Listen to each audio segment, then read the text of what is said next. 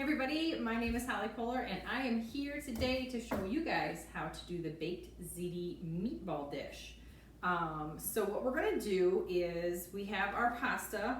It is already cooked and ready to go. We have two 8x8 pans. I actually have real pans, not the disposable kind, because I am actually making one tonight for dinner and I'm sending one over to the neighbors. But we will still make this as though you're going to put it into the freezer.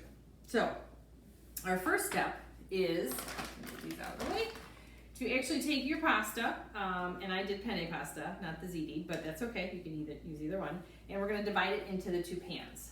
So it's already cooked, it's already drained, and we're just going to split it in between two pans carefully so nothing spills out. And the great thing is with this particular recipe, if you have a big family, you have two pans. So if mom and dad want to have extra mushrooms and peppers and anything else that you want to add before you throw it in the oven, you can do that. Or if you have a smaller family, you have two dinners out of one effort, which is absolutely awesome. All right, so pretty much have that even, I think. All right, so that's going to be out of the way. So the next thing that we're going to do is we're going to mix up the sauce. And if you look at the original instructions, it says to add everything over the pasta and mix it together. I don't want to do it that way. We're actually going to mix it in a bowl. Or if you don't want to clean a bowl, you can do it in a bag, squish it around, and then dump it over top. This way, it'll ensure that your seasonings get mixed in real good with the sauce. And then the sauce can cover the little cheese balls and the meatballs. So again, you can do it in a bowl, mix it up, or you can do it in a Ziploc bag. I'm all about not doing extra dishes, so we're gonna dump everything in my Ziploc bag. But I am gonna put the Ziploc bag in the bowl so there's no spilling. So first we have our tomato sauce. We're gonna add that right in there. If you wanna get all the rest out, you can with your spatula. And then we have the can of, and I got petite diced, because heaven forbid if children saw a big tomato. But these are our tomatoes, and we're gonna add that right in there.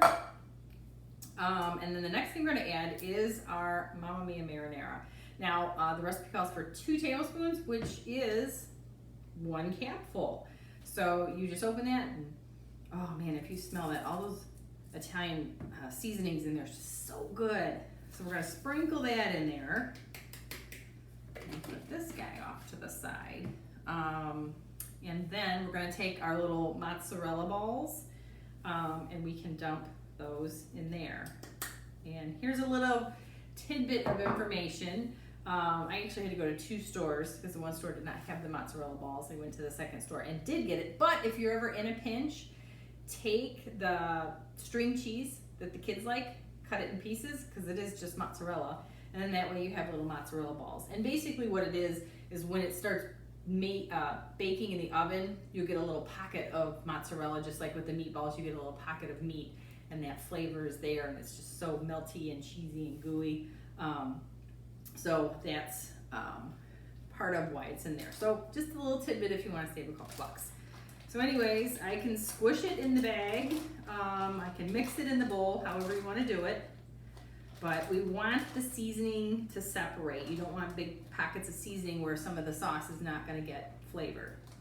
And then from there, we're going to add 1 pound of pre-made meatballs. Now I got 2 pounds because it was the same price on sale as 1 pound, so I'm only going to add half my bag, but go ahead and add your whole 1 pound bag.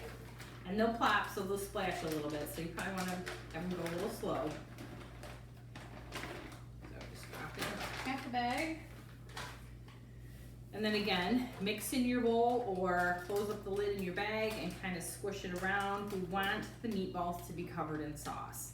So that way they're coated and yummy and delicious. They'll have a little bit of that Mamma Mia marinara seasoning in there.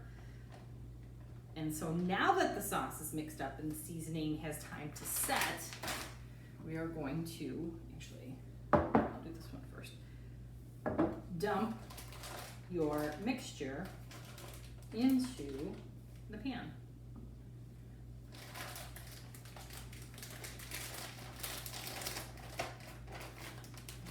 kind of help myself without a spill by closing half of it. And it's okay if it all piles on top because we're gonna mix it up some. Make sure those chunks of cheese get in there because it's gonna be awesome and amazing and delicious. I don't know about you guys, but I love biting into that just little pocket of mozzarella cheese. I'm kind of a cheese girl. All right. Okay, so we have this and we are going to just mix it to really help coat that pasta because we want every bite to have a good Mamma Mia, homemade, authentic seasoning taste to it.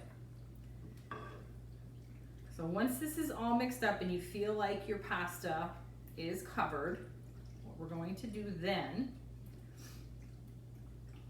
is sprinkle some cheese on top. And we're gonna cover it, and I like to make sure it doesn't have to be a thick coat of it, but every portion of the dish is covered, because that way when the pasta's baking, it's not gonna dry out. Because it's no fun to get that dried out, crunchy, crispy pasta. We want everything to be nice and fresh and yummy tasting. And again, you guys are doing it in the disposable pan.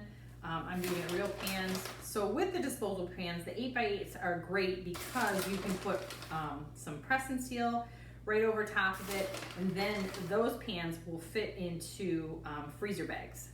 So that way you don't have to worry about air getting in there or it not freezing properly, and it's not any good. So from here, we're going to put the press and seal over top. Do that. For the first one, this is one I will give to the neighbors.